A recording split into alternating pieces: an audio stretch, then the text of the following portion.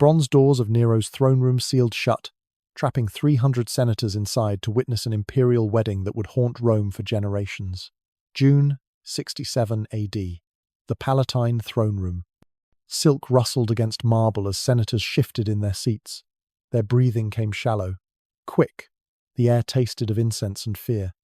At the altar, Emperor Nero stood in full bridal regalia, the flame-coloured veil of a Roman bride draped across his shoulders, but all eyes fixed on the veiled figure beside him, smaller, delicate, moving with practiced grace. The figure's hand trembled as Nero lifted the wedding veil. Gasps echoed off marble walls. Senator Thracia's wine cup clattered to the floor. Before them stood, not a bride, but a transformed boy, Sporus, changed and moulded to resurrect Nero's dead wife. The emperor's voice rang out across the stunned assembly. "Behold, senators of Rome, my beloved Poppaea has returned to me.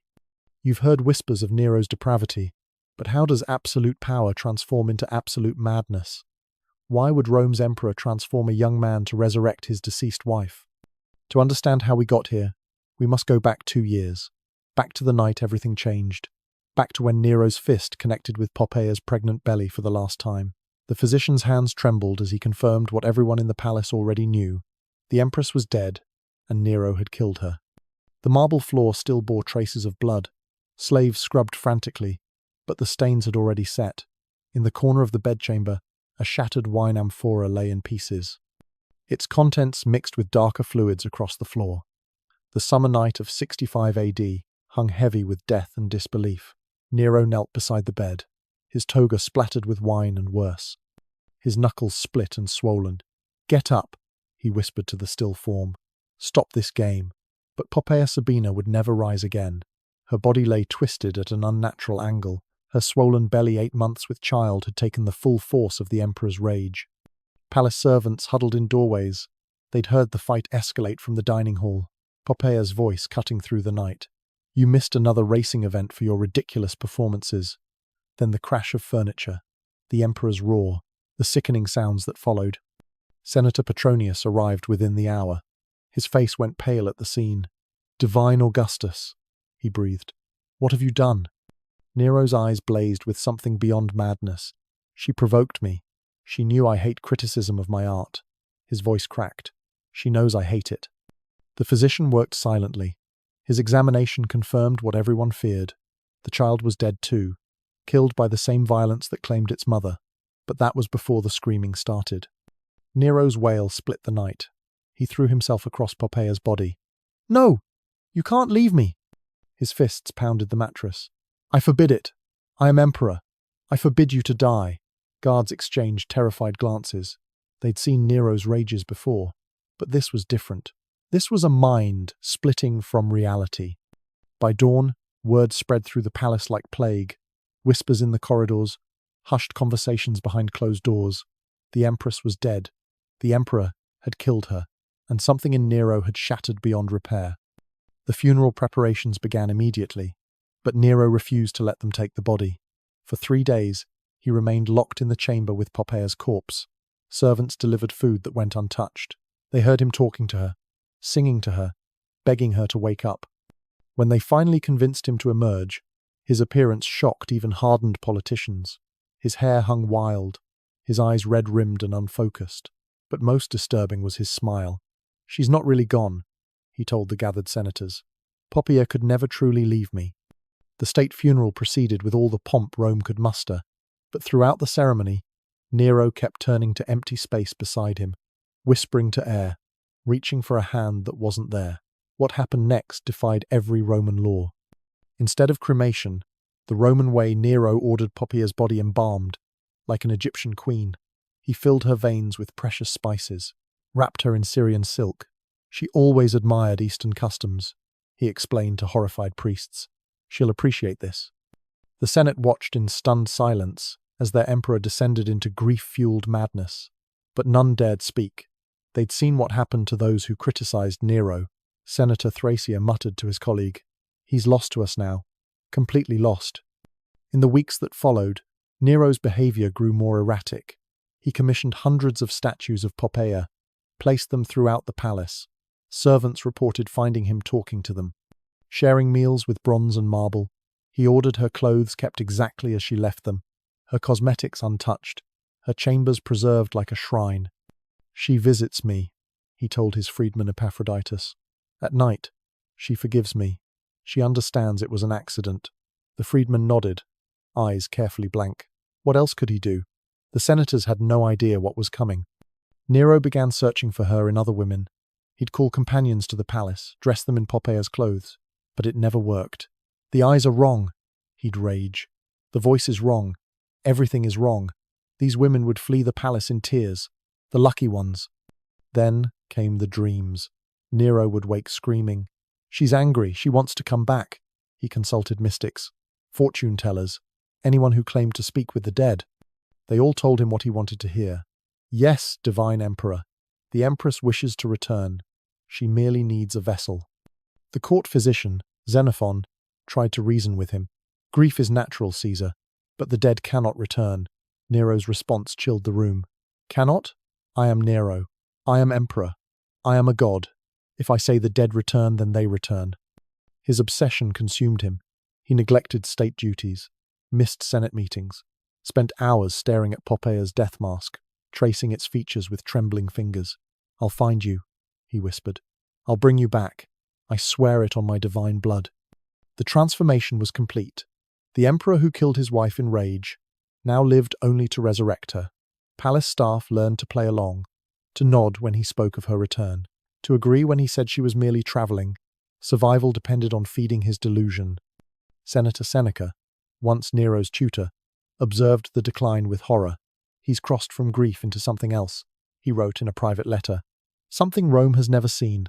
A madness that believes itself divine." But Nero's search had only begun.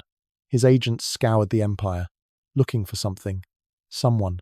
The parameters were specific: young, beautiful, delicate features, and most important, a face that could be molded.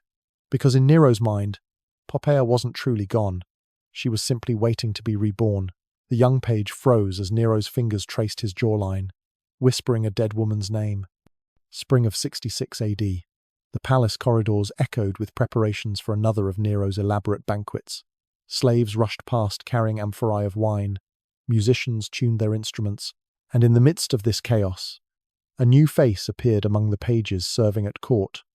Sporus, perhaps 15 years old, maybe 16. Records conflict. What they agree on was his beauty, delicate features that seemed carved by the gods themselves, skin, smooth as marble, eyes that caught the light like polished amber. He'd arrived from the Greek provinces just weeks before, another pretty boy for the imperial household. Rome had seen hundreds like him, but Nero saw something else entirely. The moment came during a routine wine service. Sporus bent to fill the emperor's cup. A strand of dark hair fell across his face. The lamplight caught his profile. Nero's hand shot out, gripping the boy's wrist. Wine splashed across the table. "Stop," the emperor commanded, his voice strange, urgent. The dining hall fell silent. Senators paused mid-conversation. Slaves froze in place. All eyes turned to the emperor's table, but Nero saw none of them. His gaze fixed entirely on the trembling page. What followed sent chills through every witness. "Turn your head," Nero ordered. "To the left. Now right." Sporus obeyed, confusion written across his features. The emperor rose from his couch, circled the boy like a predator. His breathing grew rapid, excited. The nose, the curve of the lips, even the way you hold your shoulders. Epaphroditus, the emperor's secretary, leaned forward. "Caesar, is something wrong?" But Nero didn't answer. His fingers reached out, touched Sporus's cheek. The boy flinched, but didn't dare pull away. "Poppaea," Nero breathed. "You've come back to me." The hall erupted in whispers. Senators exchanged alarmed glances. Everyone knew the empress had been dead for months, but the look in Nero's eyes brooked no argument. This wasn't grief speaking. This was something far more dangerous. "What's your name, boy?" Nero's voice carried an edge of desperation. "Sporus, divine Caesar." "From Corinth." "No." The emperor's grip tightened. "Your true name, the one you're hiding." Sporus's eyes darted frantically, seeking help, finding none. The other slaves had already begun backing away. They knew that look in their master's eye. Someone was about to become the focus of an imperial obsession, and heaven help whoever that was. The resemblance alone wasn't enough for Nero. "Come with me," Nero commanded. He didn't wait for compliance. His hand closed around Sporus's arm, dragged him from the hall. The abandoned banquet sat in stunned silence. Finally, Senator Tigellinus spoke. Did the Emperor truly believe? "Quiet," Petronius hissed. "Unless you want to join the boy in whatever comes next." In Nero's private chambers, the examination continued. He made Sporus walk, stand, turn, speak. Each movement seemed to excite the Emperor more. "The gods are mocking me," he muttered. "Sending her back in this form, testing my power." Sporus tried to protest. "Caesar, I don't understand. I'm just a page. I serve wine. I know nothing of the Empress." Nero's hand cracked across his face. "Don't lie to me. I see her in you. Behind your eyes, waiting." The boy touched his reddened cheek. Tears threatened but didn't fall. He'd learned quickly that showing weakness in the palace meant death, or worse. "How may I serve the divine emperor?" "Serve?" Nero laughed. The sound had no humor in it. "You'll do more than serve. You'll become." He called for his chamberlain. "Bring my physicians, the best surgeons. Money is no object." The emperor had already summoned his physicians. Word of Nero's discovery spread through the palace like wildfire. Within hours, every servant knew. The emperor had found a boy who looked like his dead wife, and he was planning something unprecedented, something that violated every law of nature and man. Sporus found himself moved to new quarters, luxurious rooms near the emperor's own, but the golden cage was still a cage. Guards stood at every door. His old life, what little there, had been vanished like smoke. Xenophon, the court physician, arrived at dawn. His medical implements clinked in their cases. Behind him, 3 specialists from Alexandria, masters of the surgical arts, their faces carefully neutral as Nero explained his requirements. "He must be perfect," the emperor insisted. "Every detail, every curve. The gods sent him to me incomplete. You will finish their work." The physicians exchanged glances. What Nero demanded pushed beyond medicine into madness, but refusing meant death. "We'll need to examine the subject," Xenophon said carefully. "Determine what's possible." The examination lasted hours. Sporus stood shivering as strange hands prodded and measured. Calipers traced his features. Drawings were made. Comparisons to Poppeia's death mask. All while Nero watched with fevered intensity. The court had no idea what was brewing. "The facial structure is remarkably similar," one surgeon admitted. "With some adjustments to the brow, the cheekbones." He trailed off, unwilling to voice the full horror of what they discussed. "And the rest?" Nero demanded. "Can you make him complete?" The physician's silence spoke volumes. Finally, Xenophon cleared his throat. "There are procedures, from the East, used on certain slaves. But the risk—" "I don't care about risk." Nero's fist slammed the table. "I care about results. You have 1 week to prepare. Fail me, and you'll discover how creative an emperor can be with punishment." As the physicians fled, Sporus remained behind. Alone with his future tormentor, Nero approached slowly, his mood shifting like quicksilver. Now tender, now terrible. "Does it frighten you? What's to come?" The boy chose his words carefully. "I live to serve Caesar's will." "Clever answer." Nero's finger traced Sporus's lips. She was clever too. Quick with words. You'll need to learn her phrases. Her laugh. The way she moved through a room like water. His grip suddenly tightened. "You'll become her. Or die trying." That night, Sporus lay awake in his golden prison. Through the walls he could hear preparations beginning. Metal instruments being sharpened. Herbs being ground for potions. The whisper of slaves discussing his fate. The Senate received their own shocking news. A formal announcement arrived at each senator's home. The emperor had taken a new favorite, one who would undergo divine transformation to serve the imperial will. The language was deliberately vague. But everyone understood. Nero planned to reshape a living boy into his dead wife. "This is beyond madness," Senator Thrasea told his inner circle. "Even Caligula never attempted such blasphemy." "And yet we'll smile and applaud," his colleague replied bitterly. "As we always do, because the alternative is joining the Christians in his gardens." In the medical quarters, preparations intensified. Eastern texts were consulted. Specialists in body modification arrived from Egypt. They spoke in hushed tones of procedures that would horrify even hardened soldiers, but they also spoke of success rates, of boys who survived, who lived as something else entirely. Sporus was kept isolated, fed special diets to soften his skin, bathed in precious oils. Each day brought new preparations for the horror to come. The physicians wouldn't meet his eyes. "Will it hurt?" he asked Xenophon during one examination.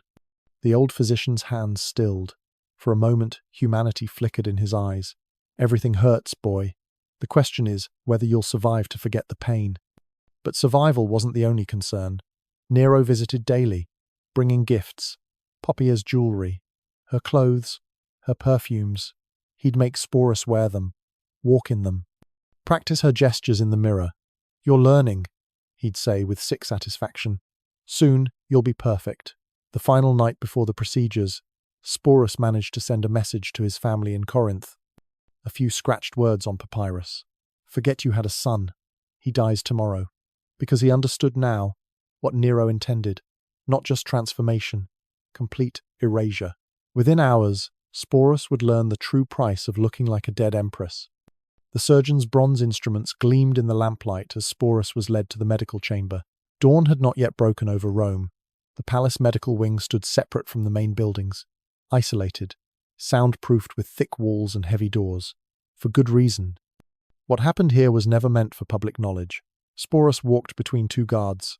His legs barely supported him. They'd given him wine mixed with poppy tears, enough to dull the edge of terror, not enough to spare him awareness. Nero wanted him conscious, wanted him to understand the gift he was receiving. The chamber itself defied description. Tables of polished wood, leather straps worn smooth from use, bronze instruments arranged with surgical precision, tools designed to reshape nature itself. And in the corner, a brazier glowing with heated irons. Xenophon waited with his team. 4 surgeons from Alexandria, 2 specialists from the Persian courts, men who'd perfected their craft on countless subjects. Who knew how to alter flesh like sculptors worked marble? Their faces showed neither sympathy nor cruelty, only professional focus. The emperor himself supervised every detail. "Begin," Nero commanded from his observation throne. He'd had it specially installed, high enough to see everything, close enough to hear every sound. His eyes glittered with anticipation. Make him perfect. They positioned Sporus on the table. The leather straps secured his limbs. A wooden bit went between his teeth. "For your own protection," Xenophon murmured, "so you don't bite through your tongue." The procedures began with facial adjustments. Bronze tools worked with practiced ease. The surgeons reshaped with disturbing confidence. The bridge of the nose needed narrowing. The cheekbones required elevation. Each modification brought Sporus closer to Poppy's image, and further from himself. Hours passed in a haze of medical precision. The surgeons worked in shifts. When one tired, another took his place. They reshaped his brow line, adjusted the angle of his jaw. All while Nero watched with rapt attention. "The eyes," he called out. Poppy's eyes tilted slightly upward at the corners. "Fix that." "Who?" More work. More alterations. Sporus endured in forced silence. But still they worked. Methodical. Relentless. Transforming living flesh into memory. The worst was yet to come. "Now for the primary procedure," Xenophon announced. His voice carried a weight of reluctance. Even these hardened professionals understood they crossed into blasphemy. But Nero's eager nod brooked no hesitation. What followed pushed the boundaries of ancient medicine. The complete alteration of Sporus's physical form. Not crude methods, but precise work, reshaping the very core of his physical identity. The procedures were extensive and traumatic, but physical transformation was only phase 1. "Careful with the blood loss," one surgeon muttered. They worked frantically to ensure survival, to prevent the shock that claimed so many subjects. Sporus's body convulsed against the restraints, but he lived. Somehow, he lived. Nero descended from his throne, approached the table where his creation lay in agony. His fingers traced the fresh alterations with something approaching tenderness. "You're becoming beautiful," he whispered, "becoming her." The procedures continued for days. Not continuously. Even Nero understood the body needed time to heal between sessions. But each return to the table brought new modifications. The surgeons sculpted Sporus like clay, creating feminine curves where none existed. Between sessions, Sporus lay in a specially prepared recovery chamber, fed broths and medicines to prevent infection. The pain never stopped. It simply moved from unbearable to merely agonizing. Slaves tended his wounds with hollow eyes. They'd seen others undergo transformation. Few survived intact. "Will I die?" Sporus asked one elderly woman, changing his bandages. She paused in her work. "Death would be a mercy, child. You're becoming something else. Something that exists only in the Emperor's madness." Nero had already commissioned the wedding garments. The Emperor visited during every recovery period. He'd sit beside the bed, holding Sporus's hand, speaking to him as if he were Poppy. "Remember our first meeting? You wore that Syrian silk that caught the light. You laughed when I complimented it." Sporus learned to nod, to smile through pain.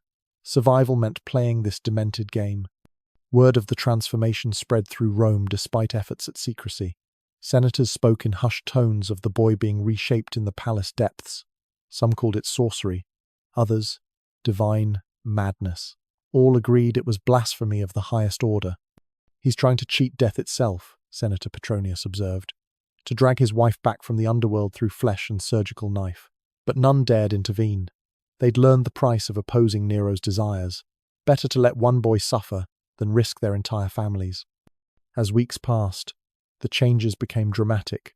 The harsh angles of masculinity softened, the facial structure refined into delicate beauty. Herbs and treatments lightened his skin to Poppy's remembered pallor. Each day brought him closer to the impossible, a living ghost of the dead empress. The psychological torture paralleled the physical. Nero insisted Sporus learn Poppy's mannerisms, her walk, her laugh, the way she held a wine cup, hours of practice before mirrors. The emperor correcting every imperfection with increasing obsession. The boy who was Sporus faded with each lesson. "No, no!" Nero would rage. She tilted her head when amused. "Like this. Watch me. Learn." And Sporus learned. What choice did he have? His body had been carved into someone else's image. Now his mind must follow. He studied Poppy's favorite poems, memorized her opinions on art and music, learned to speak in her cadences. The final surgery approached, the one that would complete the facial transformation, adjustments to lips and eyes that would erase the last traces of who Sporus had been. The surgeons sharpened their instruments with grim determination. "After this," Xenophon told his assistants, "there's no return. He'll be locked in that form forever." The night before, Sporus was allowed to see himself in a bronze mirror. The reflection that stared back was neither male nor female, neither himself nor Poppy, but something between. Something crafted by madness and knife. And when the bandages finally came off, even Sporus didn't recognize the face in the mirror. For 12 hours a day, Sporus practiced Poppy's walk, while Nero watched from the shadows. The transformation chamber had become a theater of resurrection. Mirrors lined every wall, multiplying Sporus's image into infinity. Each reflection showed the same carved face, the same carefully crafted form. But movement required different skills entirely. "Again," Nero commanded from his throne. "The hips must sway exactly as hers did, like water flowing over stones." His eyes never left Sporus's form, studying, comparing, finding imperfection in every gesture. Sporus crossed the marble floor for the 1,000th time.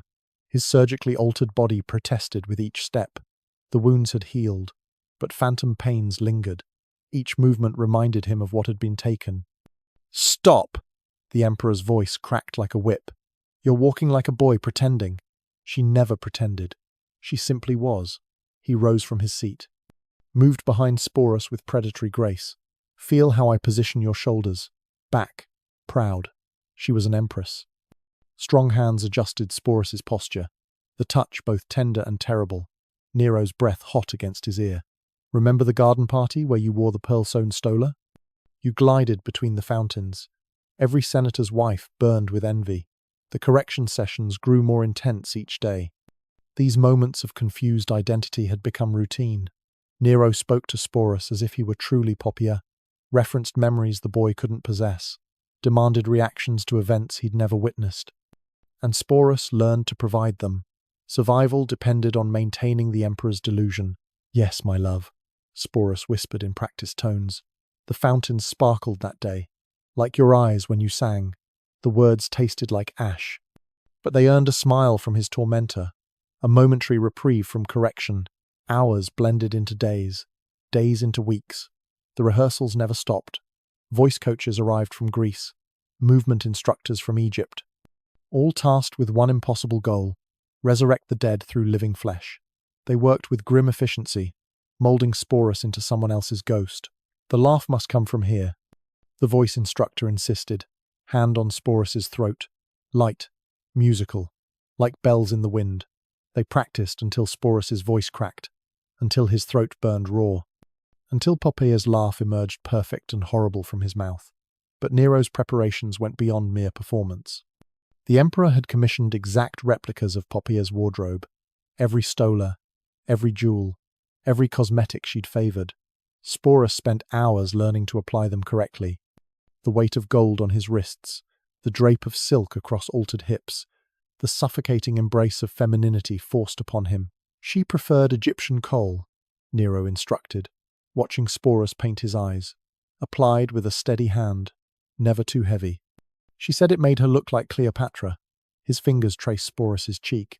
You're becoming more beautiful each day, more like her. The compliments were worse than the criticisms. They reminded Sporus how completely he'd been erased. In the mirrors, Poppeia's face stared back, moved when he moved, smiled when he forced his lips upward, a living reflection of the dead. Senate meetings had become irregular. Nero's obsession consumed him entirely. He spent every waking hour in the transformation chamber, teaching, correcting, perfecting his impossible creation. State business accumulated unattended. Rome governed itself, while its emperor played God with flesh and memory.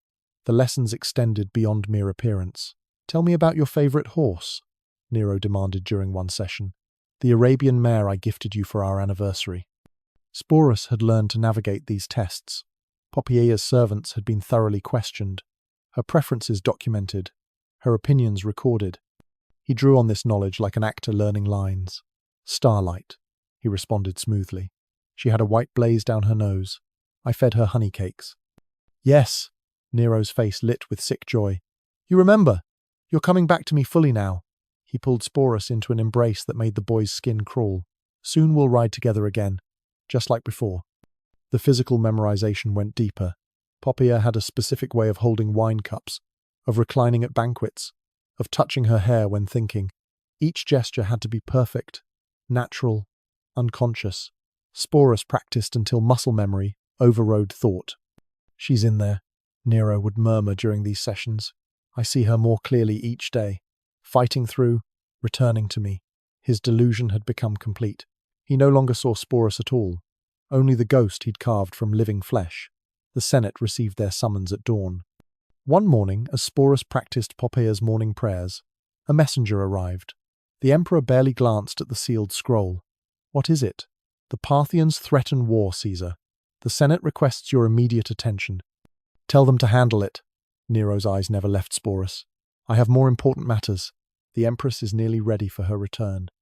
The messenger fled, understanding spreading across his features. The emperor had gone completely mad, and worse, he intended to display that madness publicly. Word spread quickly through the palace.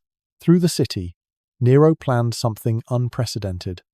During a brief respite, Sporus encountered his own reflection without Nero present. For a moment, he tried to find himself in those surgically perfected features, some trace of the boy from Corinth, but only Poppaea stared back. The transformation was complete in all but name. "Do you ever wonder," he asked the elderly slave tending him, "if I'll forget who I was entirely?" She paused in braiding his hair. "Child, forgetting would be a mercy. It's remembering that will drive you mad. Because tomorrow, Rome would witness a resurrection." The final rehearsals took on a desperate quality. Nero demanded perfection in every breath, every blink, every unconscious gesture. He brought in senators who'd known Poppaea, made them watch Sporus move, speak, exist. "Remarkable," Senator Otho breathed. He'd been Poppaea's first husband. "If I didn't know better." "You don't know better," Nero snarled. "This is Poppaea, returned through divine will, my will." The threat in his voice was unmistakable. "Agree or die." The senators nodded rapidly. "Of course, Caesar. The resemblance is divine." They fled as soon as dismissed, spreading word of what they'd witnessed. The impossible made flesh through madness and obsession. As the final day approached, Sporus felt the last of his identity slipping away. He moved like Poppaea, spoke like Poppaea. Even his dreams had become hers, memories absorbed through endless repetition. The boy from Corinth was nearly gone. "Tomorrow," Nero announced with fevered excitement, "you return to your rightful place. My bride, my empress, my divine Poppaea." He kissed Sporus with passionate delusion. "Death itself bends to my will." That night, alone in chambers that perfectly replicated Poppaea's, Sporus performed the evening rituals he'd memorized. Her prayers, her beauty routine, her preferred sleeping position, everything exactly as taught. Tomorrow, he would become her completely. Senator Thrasia's wine cup shattered on marble when he read the wedding invitation. The scroll bore Nero's personal seal, the wax still warm. The message brief but world-shattering. The divine emperor, Nero, Augustus, commands your presence at the sacred union between himself and the empress, Poppaea Sabina, restored to life through imperial will. Thrasia's hands trembled as he read it twice, 3 times. The words didn't change. Around him, shards of pottery mixed with spreading wine like blood across stone. His wife rushed in at the crash. Saw his face, saw the invitation. Her own color drained to match his. "He can't mean," she began. "He means exactly what he writes." Thrasia's voice came hollow. "Defeated. Our emperor plans to marry a transformed boy and call him his dead wife. And we must attend, and we must smile, and we must pretend to believe." Similar scenes played across Rome's elite households. Senators receiving the impossible invitation, processing its implications, understanding the trap Nero had set. Attendance meant participating in blasphemy. Absence meant death. The emperor had learned to make compliance an art form. This wasn't Nero's first grotesque performance. 2 years before, he'd married his freedman Pythagoras. But that had been different. A private ceremony, a few witnesses, easy to dismiss as imperial eccentricity. This was public theatre on an unprecedented scale. "Remember Pythagoras?" Senator Otho asked his colleague at the baths. Steam rose around them like spirits. Nero wore the bridal veil, played the virgin bride. We thought that was rock bottom. We were fools. His companion's laugh held no humour. There is no bottom, only deeper circles of madness. He lowered his voice further. "My sources say the boy Sporus has been completely transformed, altered into Poppaea's image." Word of the transformation had leaked despite palace secrecy. Servants whispered, guards gossiped, surgeons drank and talked. Rome knew something monstrous had occurred in the palace depths. But knowing and seeing were different things. The wedding would force them to witness, to participate, to validate madness through presence. But refusing an imperial invitation meant death. Senator Tigellinus, one of Nero's closest advisors, held a secret meeting of the most powerful families. The atmosphere was funeral. "We all received the same summons," he began. "We all understand what this means." "It means our emperor has gone completely insane," someone muttered from the back. "Careful." Tigellinus's eyes swept the room. "Even here, walls have ears, and Nero's definition of treason expands daily." He paused. "Let the weight settle. The question isn't whether he's mad. It's how we survive the madness." The discussion that followed was pragmatic, cold, calculated. These men had governed provinces, led armies, negotiated treaties. But none had faced this forced participation in delusion that mocked nature itself. "If we attend, we legitimize blasphemy," Thrasea argued. "We tell Rome that death can be cheated, that the gods' laws mean nothing, that flesh can be carved into lies. And, if we don't attend," Tigellinus countered, "we die. Our families die. Our names are erased." He spread his hands. "Nero has made examples before. Do you think he'll hesitate now?" And Nero had made examples before. The arena executions haunted every senator's memory. Nero's post-fire entertainments, senators' sons made to fight as gladiators, the price of resistance written in blood and ash. But this felt different, more final, a line that, once crossed, could never be uncrossed. "My nephew," one senator whispered, refused to applaud loudly enough at Nero's last performance. They found pieces of him in 7 different provinces. The room fell silent. Everyone had similar stories. Friends vanished, relatives destroyed, the price of resistance written in blood and ash. But this felt different, more final. A line that, once crossed, could never be uncrossed. We go, Tigellinus decided. We witness, we applaud, we survive. His jaw tightened, and we pray the gods understand we had no choice. But even as they agreed, unease rippled through the gathering. This wasn't just about survival anymore. It was about complicity in reshaping reality itself. If they acknowledged Sporus as Poppaea, what other lies would they be forced to swallow? What other impossibilities would become imperial truth? The preparations began immediately. Formal togas cleaned and pressed, jewelry polished, gifts selected for the happy couple, the machinery of social obligation grinding forward despite the horror at its heart. Which is why, on the wedding morning, every senator's seat would be filled. Some tried indirect resistance. Senator Paetus developed a sudden illness. Within hours, Nero's personal physician arrived at his door. "The emperor insists on examining you himself," the doctor said. "He's concerned you might miss the blessed event." Paetus miraculously recovered. Others learned from his example. Attendance wasn't requested. It was demanded, written in invisible blood. As the day approached, a strange hysteria gripped Rome's elite. Wives selected their finest clothes with shaking hands. Children were coached on proper behavior. "You must call the bride Empress Poppaea," mothers instructed. "No matter what you see, no matter what you think, your life depends on it." The merchants profited from fear. Perfumers sold out of Poppaea's favorite scents attendees wanted to smell correct. Jewelers worked overtime, creating pieces in her remembered style. If they must participate in madness, they'd be perfectly dressed for it. "It's like preparing for a funeral," one matron observed. "Except we're mourning sanity itself." Private meetings multiplied. Hushed conferences in garden corners. Coded messages in poetry readings. All asking the same question: how far would this go? If Nero could make them accept a carved boy as his dead wife, what couldn't he make them accept?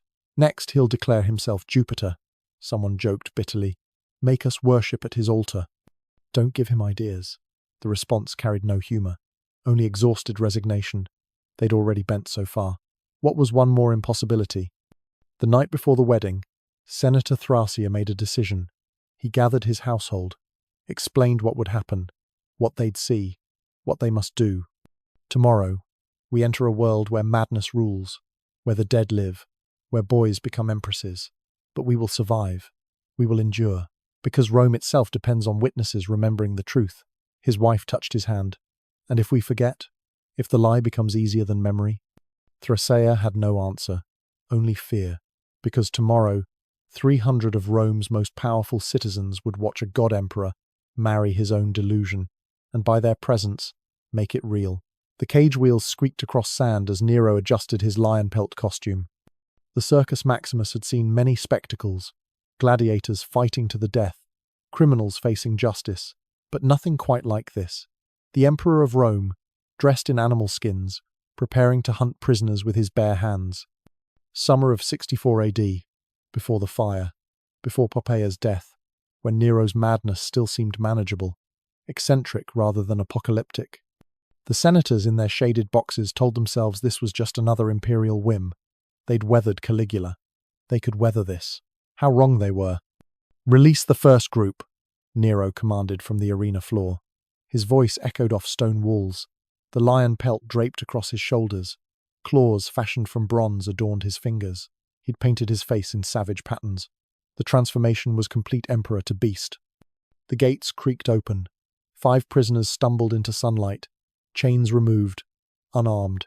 Their crimes ranged from theft to sedition. But crime didn't matter here, only the performance. Nero crouched on all fours, began to stalk. The crowd's reaction split between horror and forced enthusiasm. Some cheered survival demanded it. Others sat frozen, watching their divine emperor crawl through sand, growling, snarling, playing predator with human prey. "Run!" Nero roared at the prisoners. "Make it interesting!" They scattered. What else could they do? The arena offered no escape.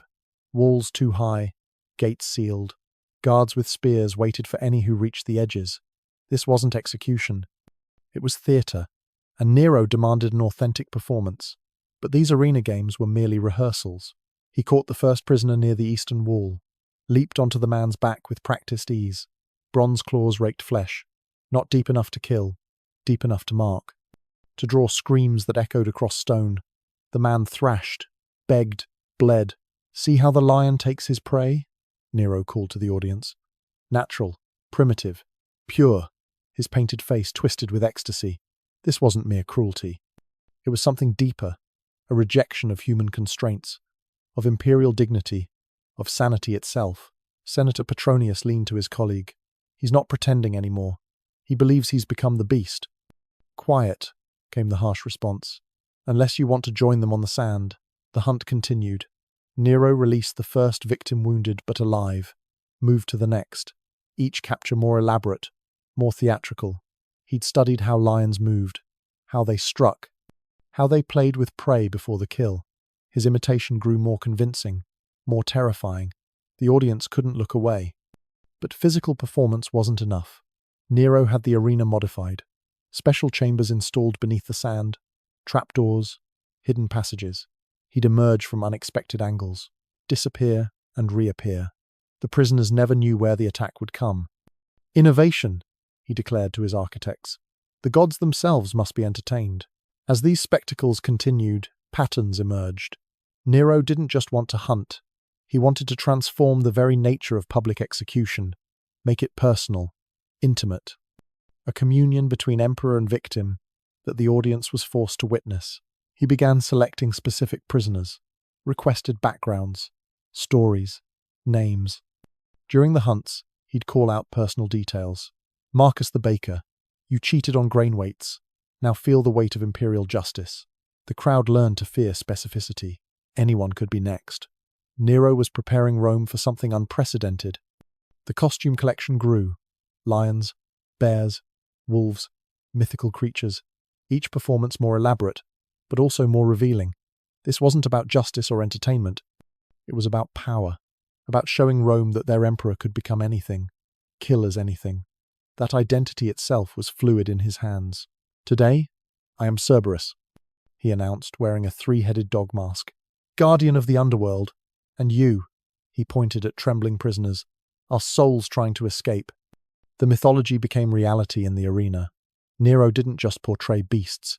He inhabited them, moved like them, thought like them, and expected everyone to see what he saw, believe what he believed. The line between performance and delusion dissolved completely. Some prisoners tried to fight back. One, a former gladiator, actually landed blows on the emperor. The crowd held its breath. Would Nero rage, call for execution? Instead, he laughed, incorporated it into the performance. See how the prey fights, nature red in tooth and claw.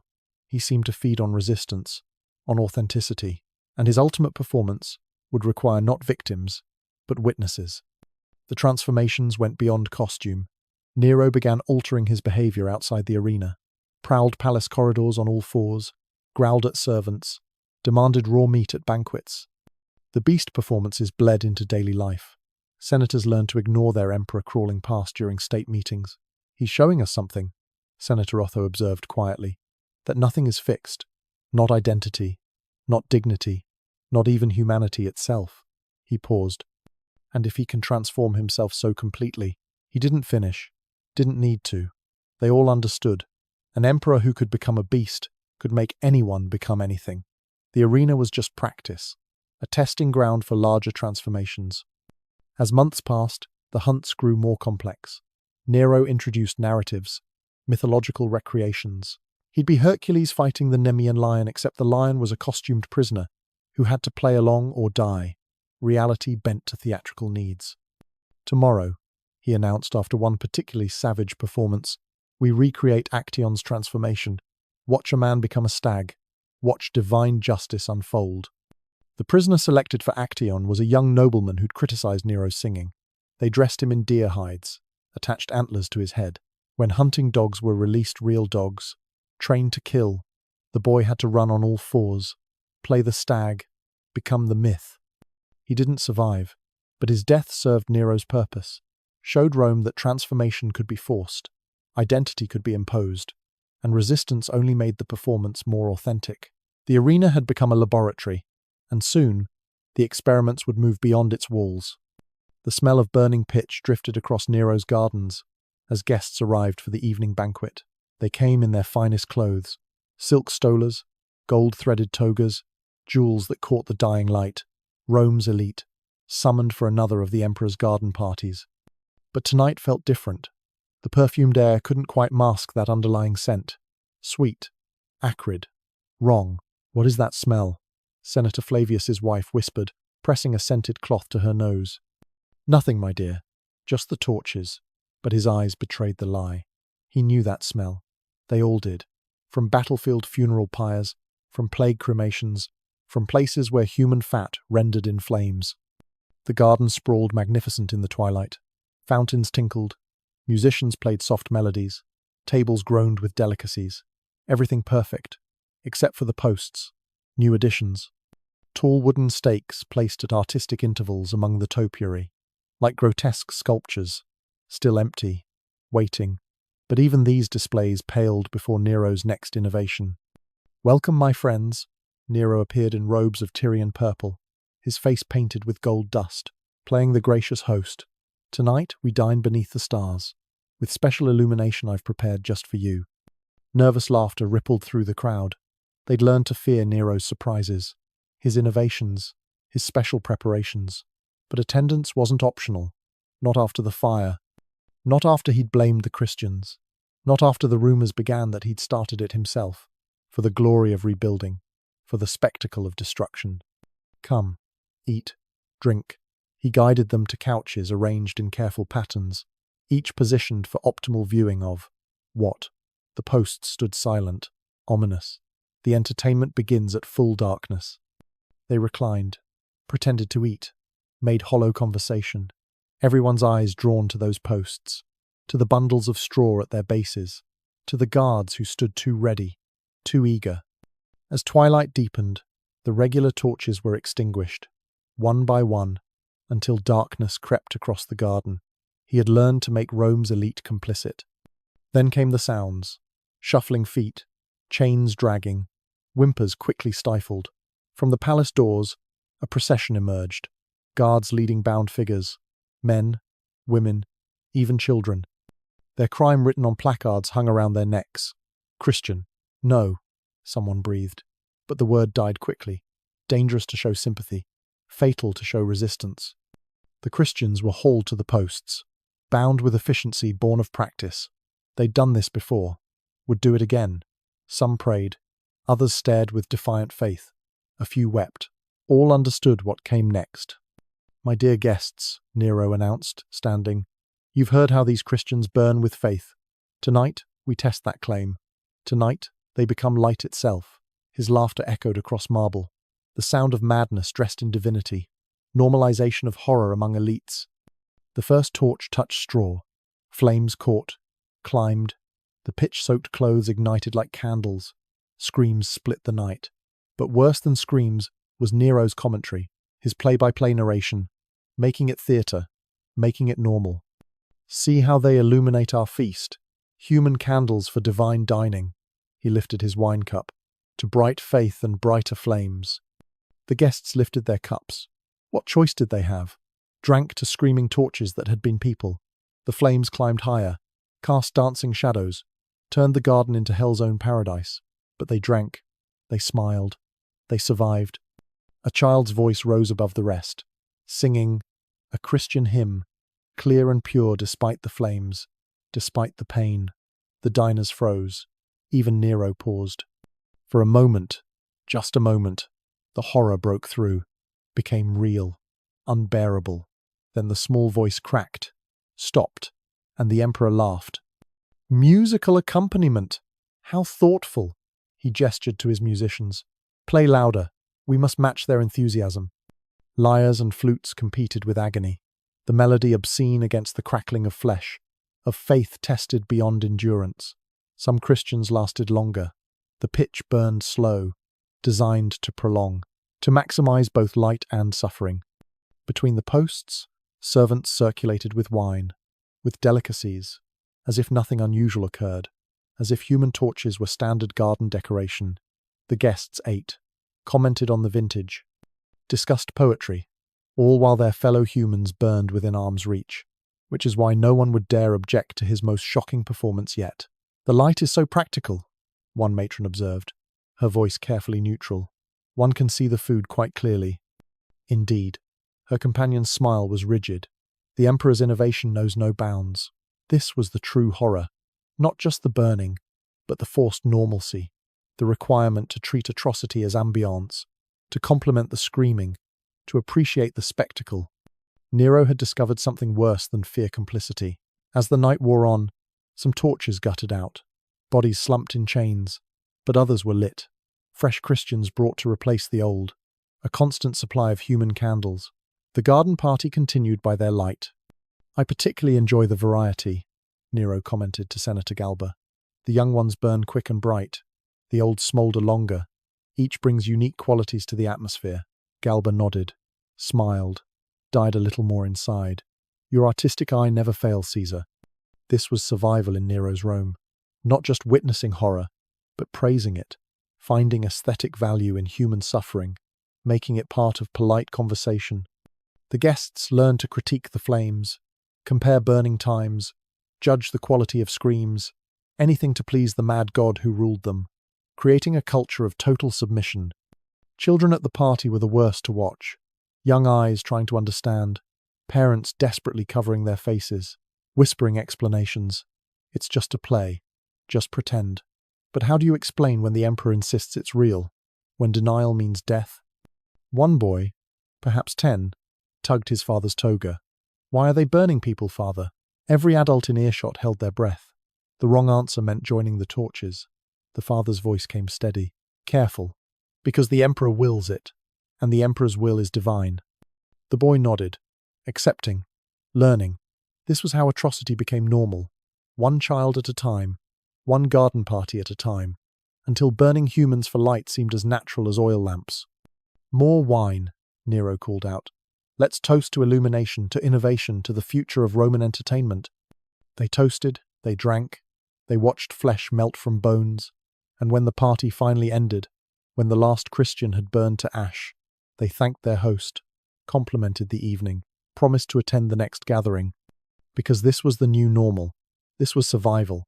This was the price of keeping their own families off those posts. They stumbled home reeking of smoke and compromised humanity, washed, prayed to gods who'd apparently abandoned Rome, and tried to forget. He had learned to make them grateful for survival. The consul's daughter stood in the arena, her father forced to watch from the imperial box.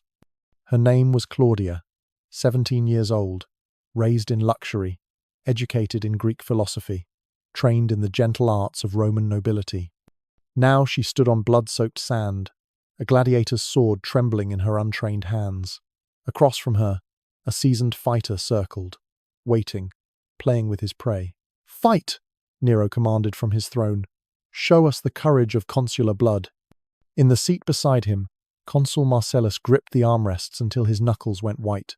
His jaw clenched so tight witnesses heard teeth crack. But he didn't look away. Couldn't. Nero's hand rested on his shoulder, a gentle touch that carried death's promise. "Your daughter has spirit," the Emperor observed. "Let's see if she inherited your warrior blood." The gladiator lunged. Claudia screamed, dodged clumsily, the sword too heavy for her pampered hands. She'd held writing styluses, wine cups, never weapons. The crowd roared. Not with bloodlust, with horror, with recognition. That could be their daughter. Would be, if they displeased the Emperor. Public humiliation was just the beginning. This had started months ago, after the fire, after the Christian torches. Nero discovered fear had limitations. People could adapt to fear, become numb, but shame cut deeper. Shame transformed. Shame broke spirits in ways death couldn't. "The nobility thinks itself above the common people," he'd told his advisors. "Time to teach them otherwise. Time to show Rome that patrician blood runs as red as any slaves." The first victims were careful selections, families who'd shown insufficient enthusiasm, who'd attended his performances with dead eyes, who'd whispered criticisms they thought went unheard. But Nero heard everything, remembered everything, and now he collected. Claudia stumbled. The gladiator's sword caught her shoulder. First blood. The crowd gasped. In the imperial box, her father's mask finally cracked. "Please," he whispered. She's just a child. Take me instead. But that wouldn't teach the lesson, Nero explained patiently. You need to understand. All of Rome needs to understand. Your birth means nothing. Your titles mean nothing. Only my will matters. Nero had discovered something more powerful than fear. The fight continued, if it could be called a fight. The gladiator toyed with Claudia. Small cuts, humiliating strikes, making her dance, making her beg. Her noble training crumbled.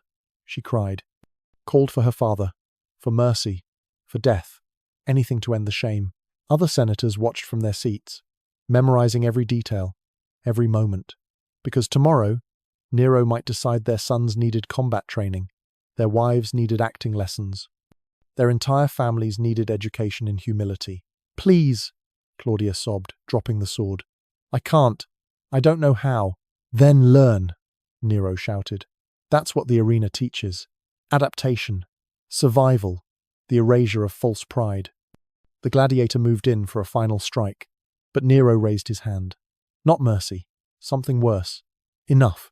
She's learned today's lesson, but her education continues tomorrow, and the next day, until she fights properly, until she embodies Roman virtue. He had learned to make them grateful for survival. They dragged Claudia from the sand, alive but broken. Her father permitted to see her briefly, to tend her wounds, to whisper apologies she couldn't accept, because tomorrow she'd return. And, the next day, until she learned to kill or died trying. This became the new sport.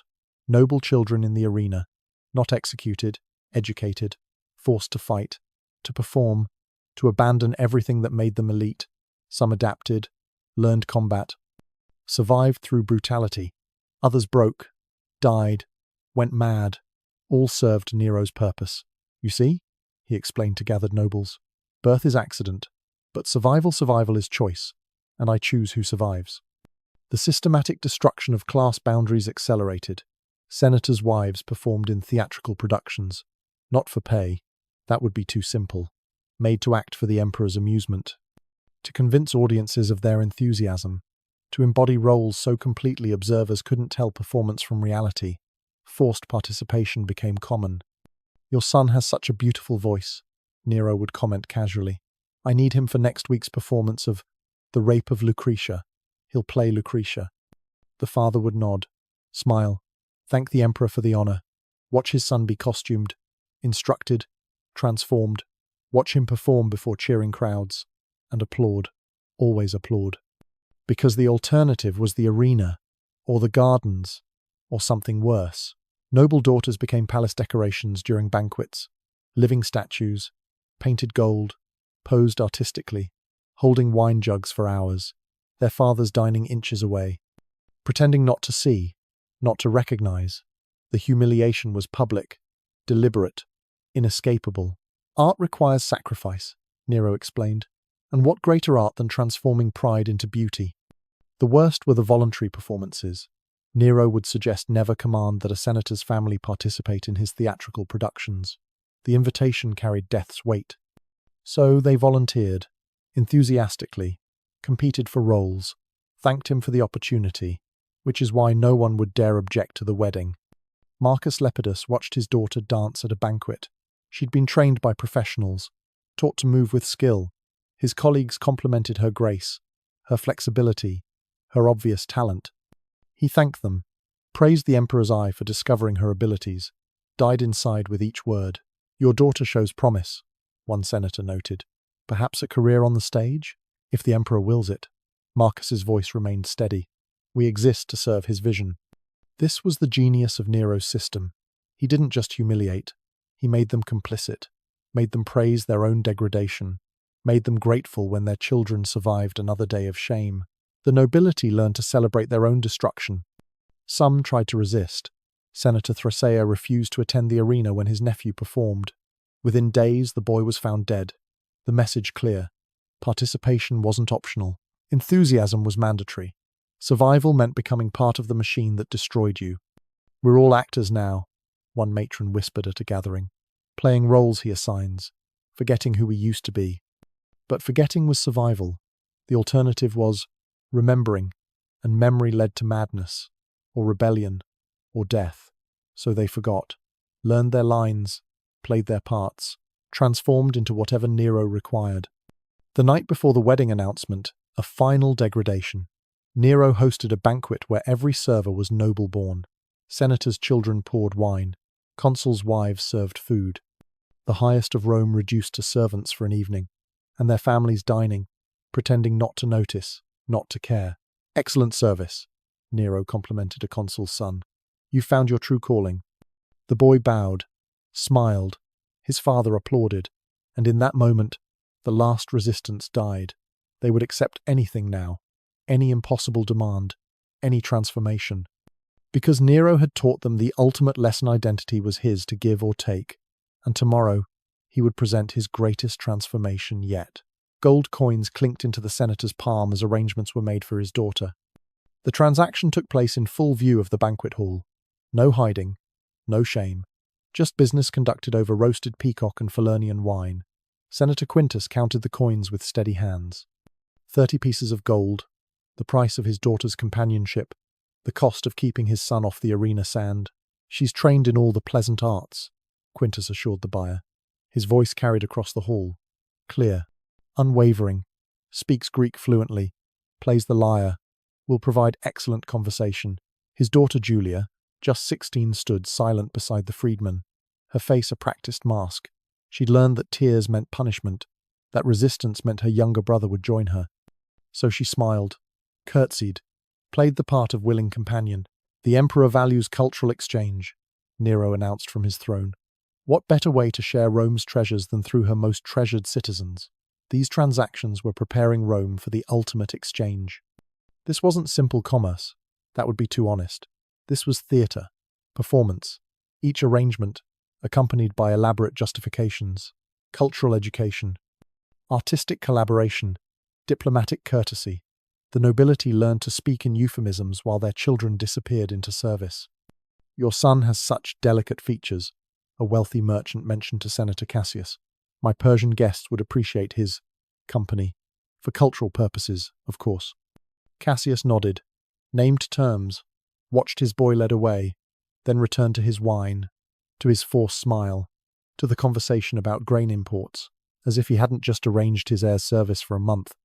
The system had evolved from Nero's initial brutalities, become refined, institutionalized, a marketplace operating in palace halls, noble youth traded like exotic goods, values fluctuating based on beauty, talent, willingness to perform.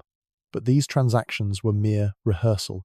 Nero was about to present his greatest acquisition. "I'll take the consul's twins," a freedman called out. "The emperor wants matched pairs for next week's performance." Their father didn't flinch. 200 aureus. They're trained dancers, very flexible. He spoke of his daughters like performers, because that's what they'd become. Currency, in Nero's economy of humiliation. Some families tried to protect their children, sent them to distant estates, claimed illness, disappeared into obscurity. But Nero's reach was long, his memory perfect. Those who hid faced worse than arrangements. They faced examples. The Flavius family had refused to provide their son for palace service. Within a week, they watched him exiled to the furthest provinces, his parents forced to continue daily routines, entertain guests, pretend nothing was wrong. The boy vanished completely. His parents served wine as if he'd never existed. Nero was creating a new economy of service. "The lesson," Nero explained to gathered nobles, "is cooperation. We're all one great Roman family. Families share, don't they?" They nodded, enthusiastically, offered their own children as proof of understanding. Better to arrange service than to see them vanish. Better temporary absence than permanent loss. The mathematics of survival in a mad god's court. The arrangements became elaborate, contracts drawn, terms negotiated, as if legitimacy could wash the horror clean. Noble mothers learned to assess their daughters' market value. Fathers appraised their sons like assets. Natural affection twisted into commercial calculation. "She's worth more untouched," one matron advised another. "But if you wait too long, Nero might claim her for free. Better to arrange while you have leverage." This was the deep poison. Not just the arrangements, but the strategizing, the optimization, making horror efficient, making parents into negotiators through meticulous steps. Each small compromise leading to the next. until arranging your child's service seemed reasonable, sensible, profitable. Tomorrow, he would arrange something money couldn't buy. The worst were the auctions, public bidding on noble service, Nero presiding like a divine merchant, calling out qualities, encouraging competition, making the elite bid against each other for the privilege of employing their peers. The consul's daughter, trained in Alexandria, skilled in Eastern arts. Who'll start the bidding? Hands raised, numbers called. The girl on the platform trying not to weep, her father in the audience, stone-faced, watching his daughter's value reduced to coins. Watching friends and allies bid, knowing he'd do the same when their children stood there. Some children adapted, learned to increase their value, to advertise skills, to suggest capabilities, survival through self-promotion. They became their own merchants, their own advertisements. Because active participation hurt less than passive victimization. The past itself was about to go on auction. "I'm worth more than my sister," one boy told his parents. "I've been practicing, learning what they want. I can bring better prices, keep us safer." His mother wept. His father nodded, proud of his son's business acumen. This was victory in Nero's Rome. Children learning to market themselves better, parents grateful for valuable offspring. The foreign buyers were worst. Parthian princes, Egyptian merchants, men who took their acquisitions far from Rome, far from any hope of return. But the gold was good, and gold bought survival. Bought another month of avoiding the arena, another season of keeping younger children safe. "Think of it as study abroad," one father told his daughter as Persian traders examined her teeth. "You'll learn new languages, see new lands." She nodded, smiled, let them check her health, negotiate her price, performed enthusiasm for exile, because the alternative was her little brother on the auction block, or worse. The transactions were preparing Rome for the ultimate exchange. As the wedding approached, the marketplace reached fever pitch. Nero wanted funds for his ceremony, demanded contributions. The nobility paid in the only currency they had, left their children's service. The palace filled with temporary guests, young nobles, serving specialized functions, living decorations for the great event. "I need attendance for the wedding," Nero announced. "Pure Roman blood to honor my bride. Who'll donate to the celebration?" They lined up to offer, to arrange, to sacrifice, because refusing meant exclusion, and exclusion meant death. Better to loan your daughter as wedding decoration than watch your family burn as garden torches. Senator Thrasea watched the final auction before the wedding, his own nephew on the block, the boy he'd raised like a son, going to the highest bidder, a freedman known for specific requirements. But Thrasea bid against him, drove the price higher, ensured his nephew's value. His service would at least be profitable. "Congratulations," Nero told him afterward. "You've learned to think like a Roman. Everything has value. Everything can be arranged." He paused, smiled. "Even the past, even the dead, as you'll see at my wedding." The threat was clear, the promise evident. They'd arranged their children's service, their dignity, their humanity. Tomorrow, Nero would show them something worse. Something that made flesh seem cheap. He'd make them witness the arrangement of reality itself, and they'd applaud, they'd celebrate, because he'd trained them well. Tomorrow, he would arrange something that couldn't be bought, the past itself. Sporus sat perfectly still, as slaves painted Poppeia's favorite cosmetics onto his transformed face. The preparation chamber glowed with lamplight. Every surface held memories made manifest. Poppeia's jewelry boxes, her perfume bottles, her cosmetic jars, each item precisely placed, each holding instructions for resurrection. The slaves worked in reverent silence. They'd served the real empress. Now they served her ghost. "The coal must be perfect," the eldest servant whispered. Her hands trembled as she traced Sporus's eyes. She always applied it just so. 3 strokes, never 4. Sporus didn't respond. Couldn't. His voice had been trained out of him. Only Poppeia's cadences remained. Only her words. Her thoughts. The boy from Corinth had been erased so thoroughly that even silence belonged to someone else. Layer by layer, they built the illusion. White lead for her pallor, vermilion for her lips, gold dust across her cheekbones, each stroke bringing the dead closer. Each powder and paint destroying what remained of Sporus. He watched his transformation in the silver mirror. watched himself disappear. In 12 hours, Sporus would cease to exist. The hair now, another servant commanded. They'd grown it for months, treated it with Eastern oils, dyed it to match remembered shade. Now they styled it exactly as Poppaea had worn it. The wedding style. From her first marriage to Nero, every pin placed with documentary precision. Through the walls, they could hear preparations. The throne room being decorated, musicians rehearsing, the hollow ring of hammers as workers built the wedding platform. Rome itself being transformed into a theatre for impossible resurrection. "My lady's dress," a young slave announced. She carried it like a sacred relic. Syrian silk, purple beyond purple, worth more than estates. Poppaea had worn it once, just once. The night before she died. Now it would clothe her replacement, her replica, her ghost made flesh through surgery and pain.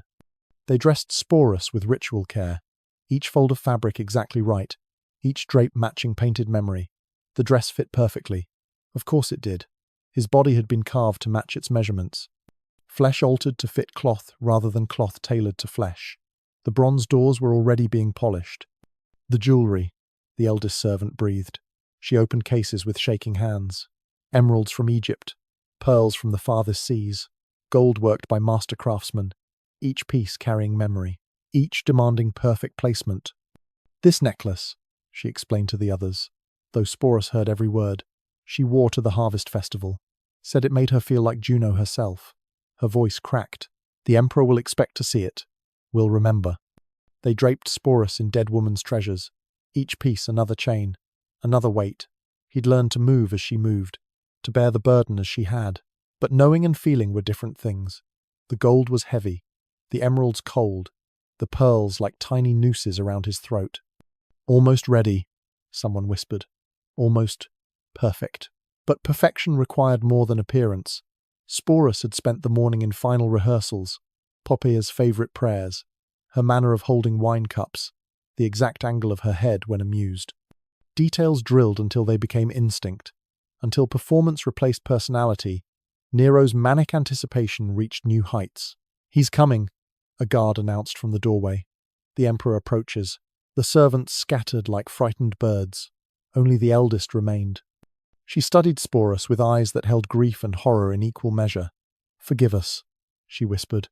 "We had no choice. None of us had a choice."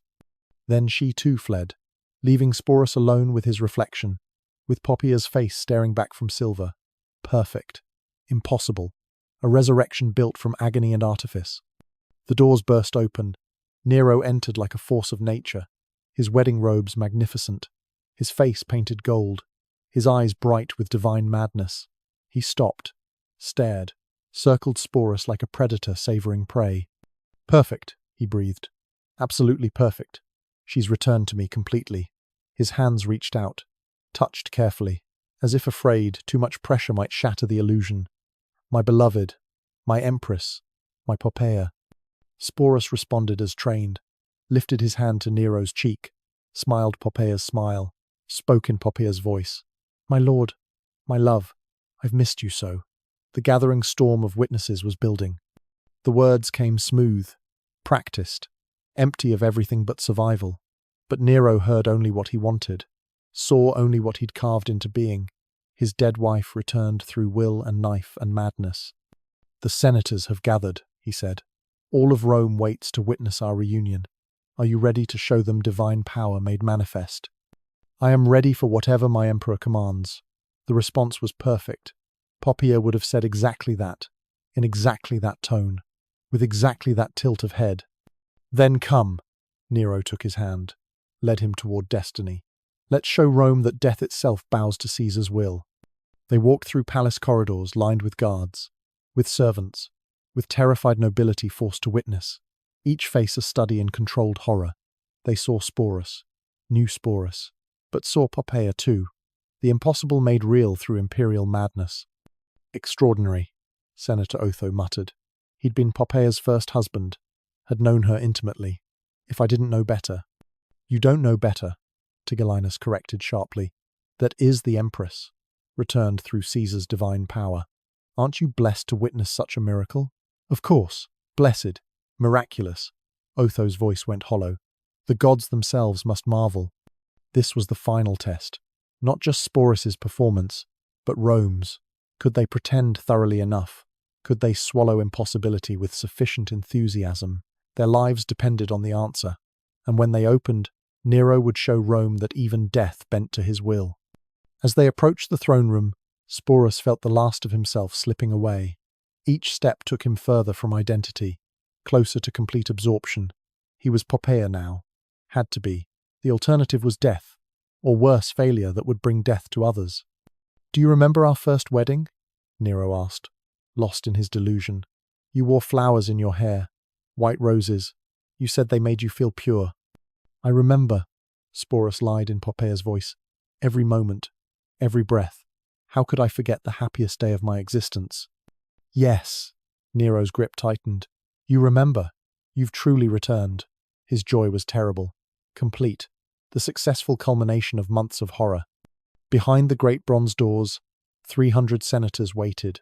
The most powerful men in Rome, reduced to props in a madman's theatre.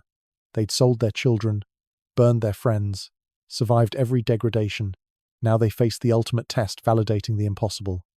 "When those doors open," Nero whispered to Sporus, "Poppaea lives again, and anyone who suggests otherwise dies with the dawn. Understood?" "There is only Poppaea," Sporus replied. "There has only ever been Poppaea. Perfect. My perfect empress. My perfect love." Nero kissed him with passionate delusion. Tasted, painted lips, and believed them real. Felt carved flesh, and found his wife. The bronze doors began to open. Slowly, dramatically, revealing the assembled might of Rome. Waiting, watching, ready to witness resurrection. Ready to applaud the impossible. Because madness had become law, and law demanded believers. "Come, my beloved," Nero said. "Let's show them what gods can do." And together, emperor and ghost stepped into the light, into history, into a moment that would define the death of truth itself. The wedding was about to begin, and Rome would never be the same. The bronze doors groaned fully open, revealing 300 faces frozen in practiced awe. Nero led his bride onto the wedding platform, each step deliberate, theatrical, designed for maximum impact. The senators rose as one, their movements synchronized through fear, through practice, through the muscle memory of survival in a world gone mad. "Behold," Nero's voice rang across marble, "the power of divine will. Poppaea Sabina, my beloved empress, returned from the realm of shadows." Applause erupted. Not spontaneous. Rehearsed. Each senator clapping with precise enthusiasm, their faces masks of joy hiding bottomless horror, because on that platform stood impossibility itself. A boy carved into a ghost. A delusion made flesh through surgery and pain. Sporus moved as Poppaea had moved, glided between the ceremonial flames, his surgically altered body perfect in its mimicry. The dress caught light like water, the jewels blazed like stars. And in that light, for terrible moments, even the senators saw her, saw what madness had created, the power to resurrect through transformation. "She's beautiful," someone whispered. Senator Flavius, his voice carrying staged wonder, more radiant than ever. "Death has only enhanced her beauty," another agreed. Playing the game, speaking the lines, validating madness to keep breathing. The ceremony proceeded with grotesque normalcy. The augur read omens, all favorable, of course. The sacred flame was lit. Vows were spoken. Nero's voice trembled with genuine emotion as he pledged eternal love to his manufactured bride. Sporus responded in Poppaea's remembered cadences, each word perfect, each gesture precise. "I take you, Nero Claudius Caesar Augustus, as my lord and emperor, in this life and whatever lies beyond." The vow came smooth, practiced, empty of everything but trained sound. But Nero heard love, heard his wife returned.